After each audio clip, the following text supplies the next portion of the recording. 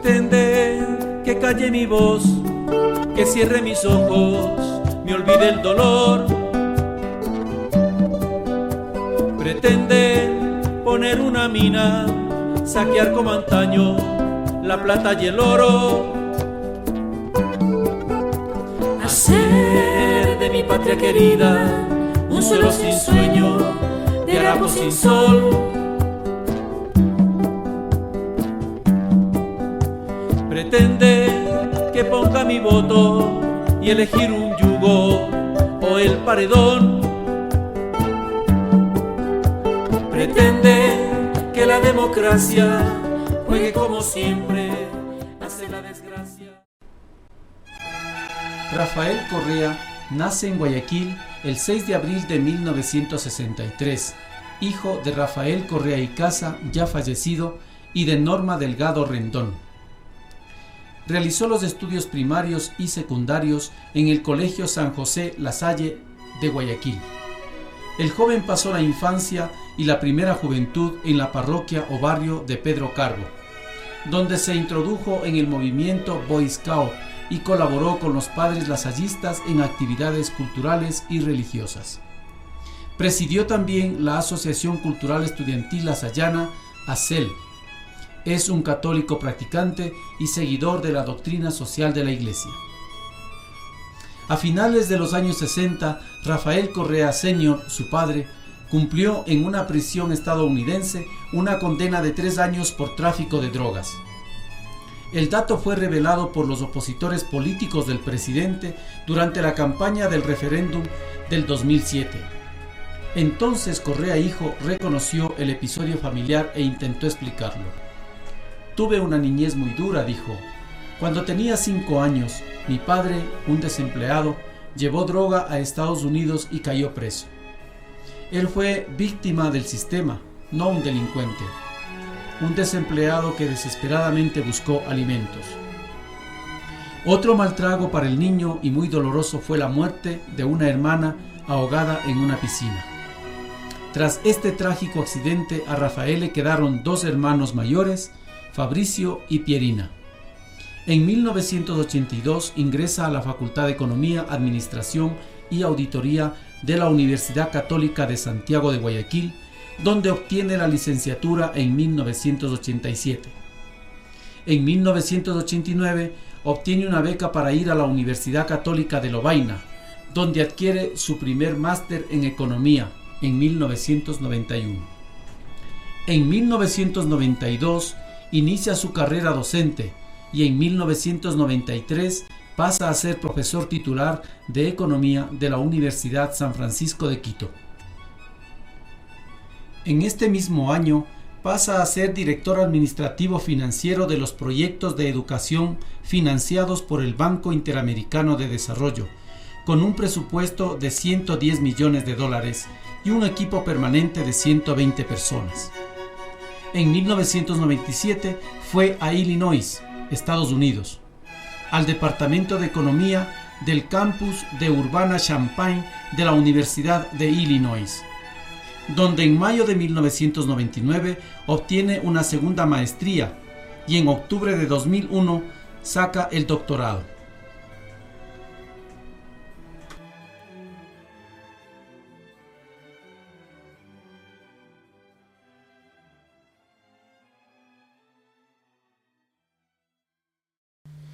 Es necesario, cuando comentamos respecto a la supuesta, diríamos, corriente de la izquierda en América Latina, hacer algunas reflexiones.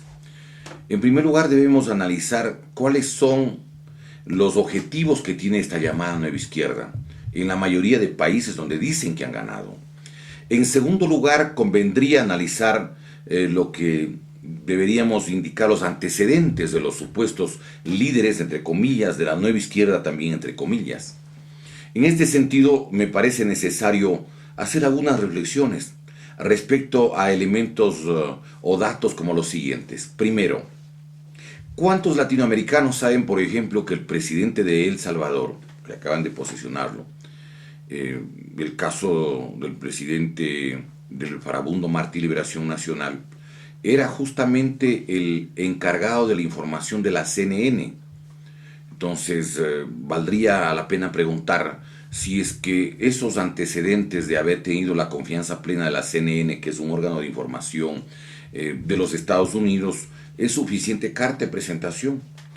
Porque además él es el candidato que surge a raíz del fallecimiento hace algún tiempo, pocos meses, justamente de Shafiq Handal. Mauricio Yunes es el presidente nuevo, pero él era el encargado de la información de la CNN. Él es un candidato de izquierda.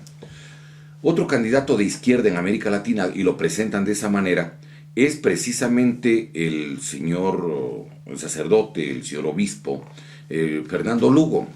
Yo tengo sobre Fernando Lugo alguna información que me gustaría participarles a ustedes. Él tiene una entrevista que la hizo precisamente el día 18 de abril del año 2008, el señor Heinz Dieterich, uno de los dirigentes del famoso social o mentalizadores del socialismo del siglo XXI. Pero en la parte medular, él dice claro que le está apoyando el Partido Demócrata de los Estados Unidos y su secretaría internacional, así como la Organización Demócrata Cristiana de América. Miren ustedes la información de la entrevista que es del 18 de abril del 2008. Pero también llama la atención, aparte de esos apoyos, el hecho de que él dice que es militante de la democracia cristiana en el Paraguay, que es el partido que elegí, dice él, para la candidatura, dentro de una alianza que se llama justamente Alianza Patriótica. En el Ecuador se llama Alianza País, allá se llama Alianza Patriótica.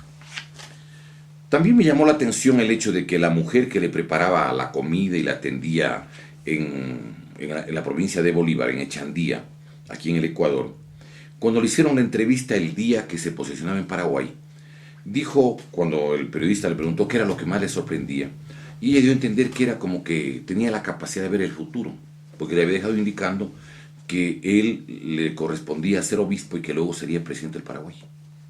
Ese dato que esa entrevista la hizo Teleamazonas me llamó profundamente la atención. Hay otro elemento igualmente de significación que valdría la pena señalar.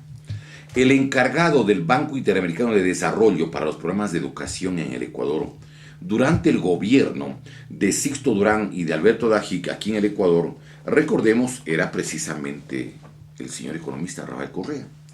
En la hoja de vida de él aparece justamente entre los datos sobre sus antecedentes esta información, es decir, no es dato que nosotros no estamos inventando. Está aquí justamente la información, su hoja de vida. Y en la página 2 de la hoja de vida del señor presidente, el encargado del Banco Interamericano de Desarrollo en el año 92 y 93 es el señor economista Rafael Correa, director administrativo financiero de los proyectos de educación financiados por el Banco Interamericano de Desarrollo, y tenía a su cargo $110 millones con equipo permanente de 120 personas. Habría que preguntar si el Banco Interamericano de Desarrollo entregaría responsabilidades y en el campo educativo a gente que no sea de su estricta confianza. Más aún tomando en cuenta que hay una declaración de una entrevista que yo pienso que ha sido muy bien pulida en la revista Vistazo del día 3 de marzo del año 2006, página 20, en la que le pregunta sobre los organismos multilaterales. Él dice: al Fondo Monetario Internacional le pagaría hasta el último centavo y no lo queremos ver más, al igual que al Banco Mundial, BM, y al Banco Interamericano de Desarrollo, que son parte del consenso de Washington. El consenso de Washington es una cantidad de entidades y políticas orientadas a subordinar a los países latinoamericanos a los intereses, sobre todo las grandes transnacionales y de la política exterior de los Estados Unidos. Yo coincido con lo que dice el señor presidente, que el BID es parte del consenso de Washington, pero lo que la mayoría de ecuatorianos no saben es que en el gobierno de Sixto Durán y Dajic, el encargado para los planes educativos era el presidente del Ecuador. Hay otro elemento igualmente inquietante en lo que tiene que ver con la nueva izquierda de América Latina, y que justamente está recogida en los comentarios que hace el Premio Nobel de la Paz, el señor Pérez Esquivel. Él dice y se refiere muy duramente respecto al doble discurso que existe en Argentina y a la política de entrega abierta de los recursos naturales de ese país, de Argentina. El Congreso argentino aprobó por unanimidad una ley de defensa de los glaciares para proteger el agua dulce de Argentina. Y resulta que la presidenta Cristina Kirchner impugnó, objetó. Y claro, Todo el mundo reclama, ¿y cómo es posible que hablando a nombre de esta nueva izquierda están entregando los recursos naturales en el caso específico de América Latina? Otro elemento igualmente inquietante a mi modo de ver de la llamada nueva izquierda en América Latina es, por ejemplo, la constitución que tiene en el caso de la hermana República de Bolivia, que acaban de sacar esa constitución. Este es el texto oficial de la constitución de Bolivia. Hay algunas cosas que me inquietan profundamente sobre este proceso que le han dado una imagen que valdría la pena, por ejemplo, analizar. Por ejemplo, uno de los objetivos de la nueva constitución, es la propaganda oficial, es ir a una nueva constitución con autonomías. Hay un cálculo respecto de que se dividiría Bolivia en 37 partes. Recordemos que Bolivia tiene aproximadamente 5 veces el territorio de la República del Ecuador, y el territorio ecuatoriano, que tiene ahora 256.370 kilómetros cuadrados, van a dividir en 7 autonomías, en 7 mini repúblicas, en 7 espacios para hacer bocados más pequeños para que las multinacionales se engullan los recursos naturales en otros países. Había un plan orientado para que antes del año 2015 tanto Bolivia como el Ecuador debían fraccionarse en autonomías. Pero las dos constituciones, la boliviana y la ecuatoriana, apuntan precisamente para allá. En el caso de la República del Ecuador, recordemos la constitución que la aprobó Alianza País con la conducción del presidente Rafael Correa, que tenían 80 de 130 asambleístas y que además de ello disponían de 16 aliados más, es decir, 96 de 130. Llama la atención que no anularon las privatizaciones. Nadie puede encontrar una norma o un mandato, que hicieron mandatos, respecto a lo que significa, por ejemplo, la anulación de las privatizaciones. Empresas de carácter estatal, como por ejemplo la Fábrica Nacional de Fertilizantes Fertiza, sigue en manos del Grupo U, entregaron, por ejemplo, las acciones que estaban a manos de la Corporación Financiera Nacional de las fábricas de cemento, siguen en manos de los que compraron. Ecuatoriana de Aviación y una cantidad otra de empresas de carácter estatal se perdieron. Hay un elemento adicional que valdría la pena recordar. Es decir, ¿cómo es posible que el Ecuador prácticamente propicie las autonomías que han sido motivo de política financiada por la USAID, por este organismo vinculado al gobierno norteamericano y a sus aparatos de control social y político a nivel mundial, pues y a nivel de América Latina? El artículo 244 pone 3 requisitos para que las autonomías se den. El artículo 245 determina que incluso puede aprobarse las autonomías, la ley de autonomías y el estatuto autonómico, por ejemplo, en un plazo máximo de 120 días desde que el proyecto de ley se envía, y en caso de no pronunciarse dentro de ese plazo, se considerará aprobado. Y dice que para negar o archivar el proyecto de ley, la Asamblea Nacional requerirá de los votos de las 2/3 partes de sus integrantes. Un elemento adicional que valdría la pena señalar, que nomás comprende las autonomías en el caso ecuatoriano, que es parecido a lo que sucede en Bolivia. Miren, tiene que determinarse, entre otras cosas, la denominación de la mini república, porque son mini repúblicas, los nuevos símbolos, bandera, himno, escudo, los principios, pueden decir que es el sistema de libre mercado, instituciones del gobierno regional, incluso a lo mejor con capacidad de jurisdicción, la sede, cuál es la capital de cada autonomía, así como la identificación de los bienes, qué bienes van a ser manejados en cada autonomía, rentas, qué participación de la cuestión tributaria, por ejemplo, puede ser, recursos propios, aquí van a hablar de la minería, del petróleo, van a hablar obviamente de lo que tiene que ver con el sector eléctrico, con telecomunicaciones, con el agua, con los sectores igualmente de la biodiversidad, flora y fauna de cada región, y la enumeración de las competencias que inicialmente asumirán. Es decir, el gobierno, en el caso del Ecuador, es el gobierno de las autonomías, de la división de la república. Quien tenga dudas, lea la Constitución, artículo 245, 246 y además de los requisitos que está en el 244. Puede leer el 271, el 274 sobre los recursos naturales, que es un objetivo para dividirse con las autonomías. Pero no solamente es eso el gobierno ecuatoriano, porque más allá del discurso de apariencia izquierdista que da los sábados, sobre lo que ya nos vamos a referir, debemos tomar en cuenta a quién está sirviendo. Por ejemplo, ¿dónde está la recuperación de la riqueza nacional? Ese es un problema central. El Ecuador produjo en el año 2008 506,000 barriles diarios de petróleo. 506,000 barriles diarios de petróleo. A un precio promedio de $83.30 cada barril. Pero de los 506,000 barriles, en el Ecuador se quedaron en Petroecuador 170,800 barriles. 170,800. Y en cambio, 238 fue lo que efectivamente se llevaron las multinacionales. Y otra pequeña fracción quedó con una sociedad anónima que está manejando el bloque 15. Pero valdría la pena señalar cuáles son las empresas que están aquí en el Ecuador, llevándose los cientos de miles de barriles diarios. Tengo aquí los datos recogidos justamente en base a la información de Petroproducción.